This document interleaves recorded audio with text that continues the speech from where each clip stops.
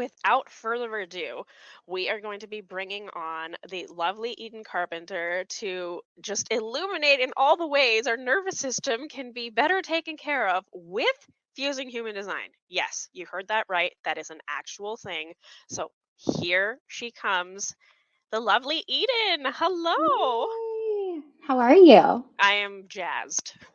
Perfect. I'm I am delightful. You're delightful, amazing. So, I have some pressing yet fun questions to ask you about.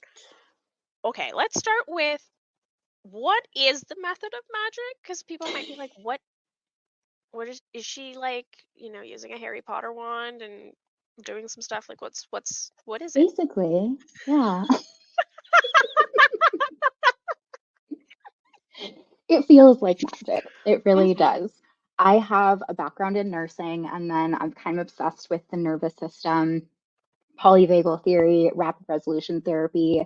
Anything trauma focused is really fascinating to me, neurodivergency, all of that. So I found human design while I was in nursing school. And so all of my nursing education actually has this like co-study perspective of I was learning everything in nursing school while also studying human design. So I made all of these connections unconsciously as a 6-2 profile because second lines just kind of do that. And I didn't realize how much I was connecting the dots between the human design body graph and the nervous system already. And so I'm teaching it. We're teaching polyvagal theory right now. We're teaching nervous system regulation and essentially how to use the human design chart as a map of your client's nervous system so that you can see where there's a little bit of an energetic snag and move that energy. You can tell where they're designed to be really fixed and where they need routines and patterns to support certain energetic behaviors, and where they're designed to be flexible, where they might think they have a problem, but really there's no solution here. And so we don't have to be finding a solution because you're designed to be flexible. So the method of magic is this weird hybrid magical energetic thing that is kind of backed and grounded in science, but also very much tapping into intuitive and spiritual practices. And it's really fun and it's really playful. And that's what I do. Amazing. So I was going to say, you have your nursing um, background, but would you say there was a pivotal moment in your journey where you realized I need to do something different? Like, how can I? Because, the whole point of the deconditioning series is to introduce people to all the modalities available, but you already know of those modalities because you've been playing in the spiritual space for some time. What made you go, no, no, no, I need to make a whole new thing? Like, was there a moment that made you be like, oh, like I'm just having a day. Like this tool isn't doing it for me. Like, what can I create that hasn't been created before, kind of thing? Yeah, specifically, I found human design when I was already reading all of the money mindset books and the manifestation books and The Secret. And I was following Amanda Francis and Katrina Ruth. And just, I was really in that money manifestation, personal development world. And so I was really interested in how human design could be applied to the process of manifestation because I was following the steps, I was doing the journaling, and like everyone had these different practices. And some people said you have to feel the feelings, and other people say it's all about your thoughts, and other people say it's all about identity, or it's all about visualization, or if you're meditating or enough, or it's your vibration. So I was trying to figure that out. And so I used human design as pretty much a map of what if this is a personalized manifestation process. And so let's say if I'm manifesting, at the time I was manifesting, like I had this vision of like a side hustle where I doubled our income.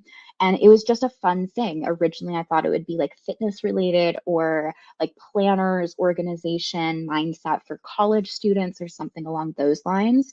But then human design came in and it was just this map. And so when I was playing with my human design for the first time, I said, how can I apply this not to just life in general, but like I need an anchor. And so I looked at my relationship to money because I had like 50 books on Audible. I was listening to all of the podcasts. I was journaling like crazy. I was doing the money meditation and the gratitude journaling. I'm like, okay, and I'm posting on Instagram, but like no one's paying me. So like where's the disconnect? And so I looked at those non-self themes of the nine centers, and I looked at the non-self themes of like how can those themes apply specifically to money. And so I really called myself out of, okay, I keep going on Instagram and thinking like I was stalking people. I'm like, what do they do? What are they knowing? What is it that is like what's interesting about them? What are they doing that I don't have? I was searching for inspiration. Like, what's the Mm, secret? What do they all know? What is that like bachelor's in business that they all have? Like, what's the class that I missed? And so it was really this like, what information am I missing around money? And I realized that that was the undefined head center. And so I said, if I'm not designed to search for answers around money, or I'm not designed to search for answers in general, how can I just let the inspiration come to me? And so I practiced anytime I was in my journal saying, okay, this is my monthly goal for the money that I want to make or whatever. I'd be like, okay, I'm not going to write down what am I going to do? What do I have to do to get it done? And so I would just allow myself to wait to respond. So I said, here's me informing the universe. Here's me putting this out there. This is what I want. This is the vision I have. I don't know how I'm supposed to get there, but here it is. Give me something to respond to. And then I would wait to respond. The next thing would come in, I would respond. And so it was really playing with the undefined centers and like the strategy and authority really played, like that was a really powerful moment. It was really just a lot of these micro moments where over time I looked back and like that was an avalanche. Like I had no idea that I was making such a big snowball at the time. But yeah. yeah, that's absolutely like, so how would you say was like the immediate like benefits or changes or shifts you notice when you started using the method of magic like on yourself and like what you're trying to achieve? Yeah. First, I noticed it in my studies. I was homeschooled until I was 17. And so I had like 1 year of high school before going to college. And I was used to taking tests online at home at whatever time of day I wanted from the comfort of my bed with absolutely no distractions. And taking a break if I wanted to, or getting up and changing locations. I wasn't used to standardized testing. And so I was learning the material, but I was not testing well. And my like recall wasn't there. And I was like panicking during tests, thought it was test anxiety. And so I used human design to like help me learn better. And so like I started writing affirmations like related to the undefined head center. The affirmation that I started writing on almost every single one of my tests. Like I would erase it on most of them. It was like just for me, like if the professor saw it, like whatever.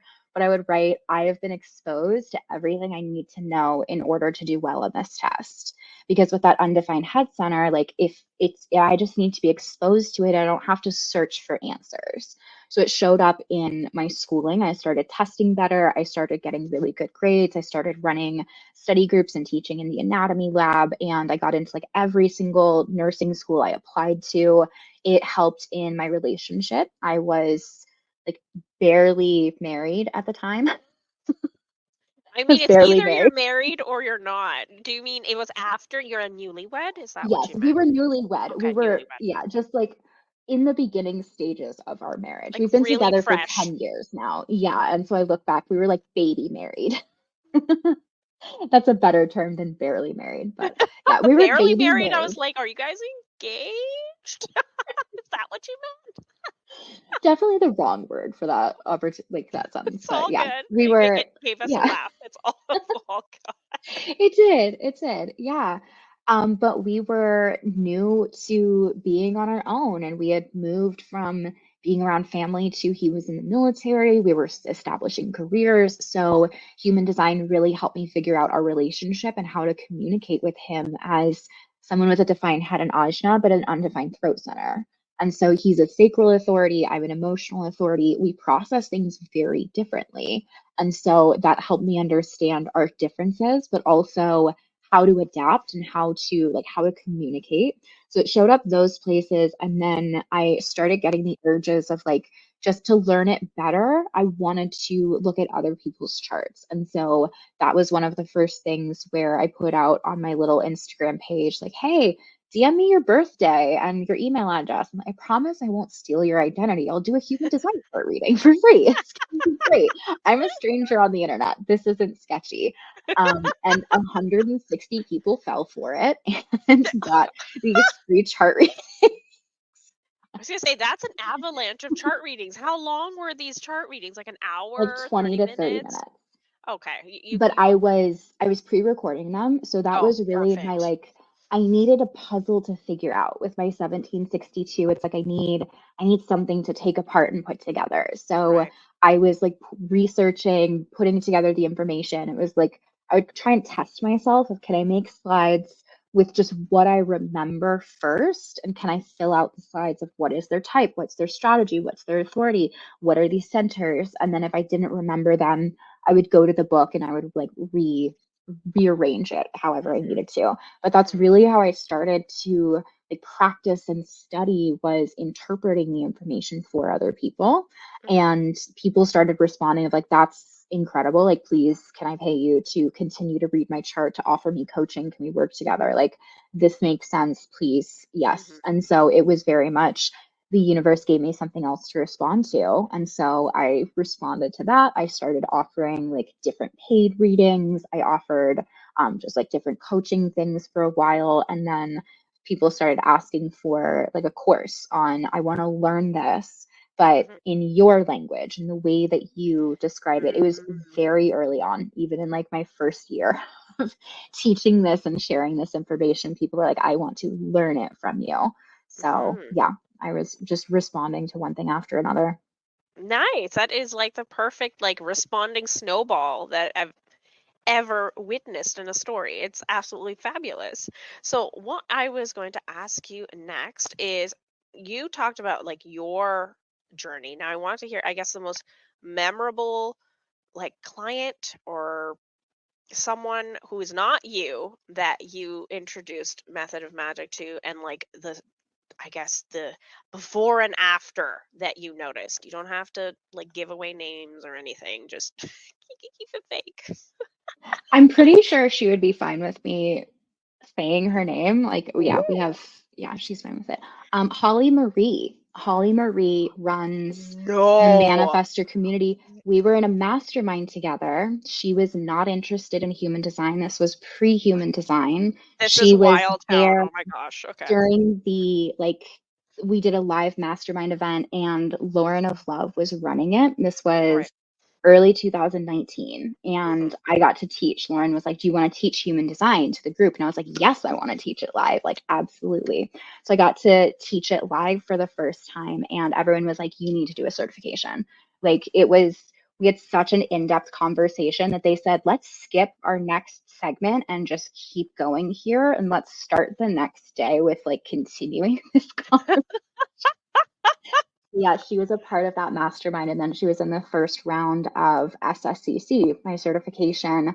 I have her book, Informed, on my Right. shelf now. Every She's a published manifester should have author. that book. So, Yeah, and she specializes specifically in manifestors. She has created the manifestor community, and as a 4/6 Splenic manifestor, that's just so aligned for her. And I like just cautiously and slowly threw human design tidbits at her, and because she'd heard about it before but wasn't super interested in it until I just like inched my way in, and then she's like, okay, I need to learn this. And years later she has an entire company really focused on not just human design but a specific niche inside of human design. that's And she's like absolutely, a yeah, you renowned took a expert on the non-believer and topic. like made them like the representative for a type. Like, Yeah, that's so I wild. Because 'cause I'm introduced like, her Holly to human Marie is design. where everyone gets sent when you're a manifestor. It's like, "No, go check out her stuff. Go check out her stuff." So, like, that lavender color has been just, like, burned into my psyche. It's like, "No, that equals being a manifestor." Which is not Yeah, true at all. but it does. She's branded it. I know. This is like, this is what peace feels like, this lavender Yeah, color. For everyone who's like, exactly. "What is she rambling about?" Maybe one day we'll get Holly on the show. I've tried before and she was just not correct timing. But anyhow, Hmm. Wow, that is wild town. Is there anything else you want to share with the method of magic before you demonstrate how it works for us? Mm, I don't know. It's just a combination of a bunch of different things. It's very much conversational hypnosis. It's like Mhm. feels like mental gymnastics to me. I'm like, let's just see if we can I was gonna say, piece speaking together of information. gymnastics, Eden also did that. Yes, Like I was a actual competitive physical gymnast for gymnastics. 9 years. Yeah, so you just like took everything and you just made like a gumbo out of it. How Like, manifesting generate. right? Just a very delicious gumbo called Method of Magic.